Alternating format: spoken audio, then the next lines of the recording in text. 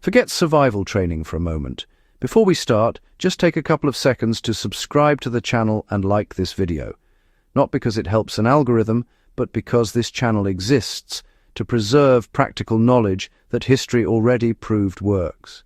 If you care about skills that kept people alive long before courses, certifications, or gear sponsorships existed, you're in the right place. Now let's get something straight. Modern survival culture has a problem. It worships training programs, laminated checklists, and weekend courses as if survival is something you unlock after paying for it.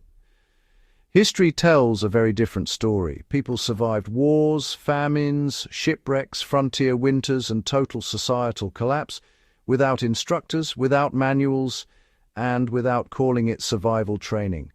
What they had were basic skills, unglamorous, repeatable, and brutally effective.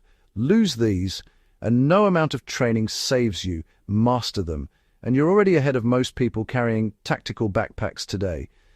This isn't about being extreme, it's about competence. The first survival skill you need is managing heat, not building shelters. Most survival courses start with shelter construction because it looks impressive. History starts with something more basic: heat control. Staying alive has always been about regulating body temperature long before permanent shelter enters the picture. Ancient armies, nomadic groups, and frontier travelers understood that exposure kills faster than hunger or thirst in many environments. Practically, this means knowing how to reduce heat loss using what's already on you. Loosening clothing during exertion to avoid sweating, tightening layers during rest, blocking wind before rain ever touches you. In the field, a simple windbreak, a fire reflector, or ground insulation mattered more than complex shelter designs. If you know how to manage heat, you can survive a night without a tent. If you don't, the best shelter design in the world won't save you once you're soaked and exhausted. Apply this today by practicing deliberate temperature control on hikes or cold days. Learn when to vent heat and when to trap it. Survival starts with awareness, not construction.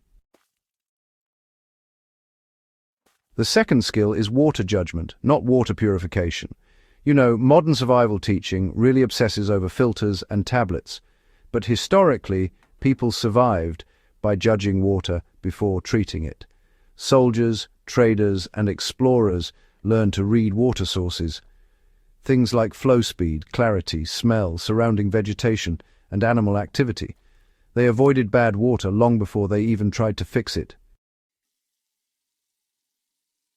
The skill here is discernment. Fast-moving water over rock is, well, safer than stagnant pools.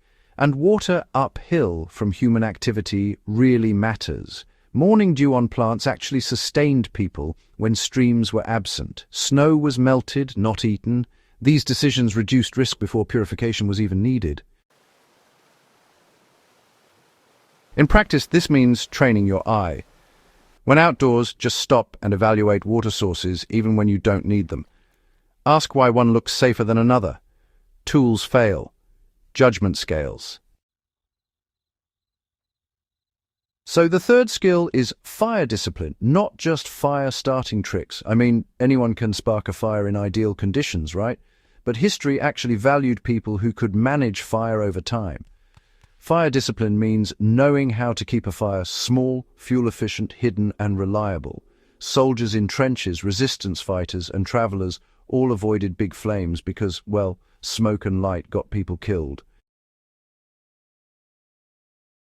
This skill includes choosing the right fuel-drying wood, properly banking coals overnight, and using fire for heat and cooking without, exhausting your resources.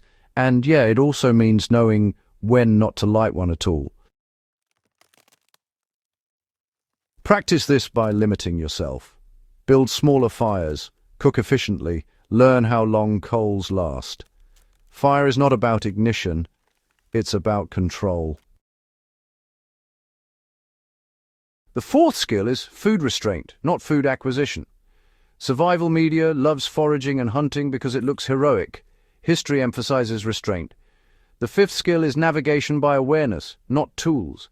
GPS didn't replace navigation, it replaced attention. The sixth skill is injury prevention, not first aid heroics. Survival training often focuses on dramatic medical scenarios. History focused on avoiding injury entirely. The seventh and most important skill is psychological steadiness. This is the skill history never labels but always proves. Panic kills, impulsivity kills. Forget survival training as a product. These 7 skills kept humans alive long before instructors existed. Master them, and you don't just survive scenarios. You think like people who already did.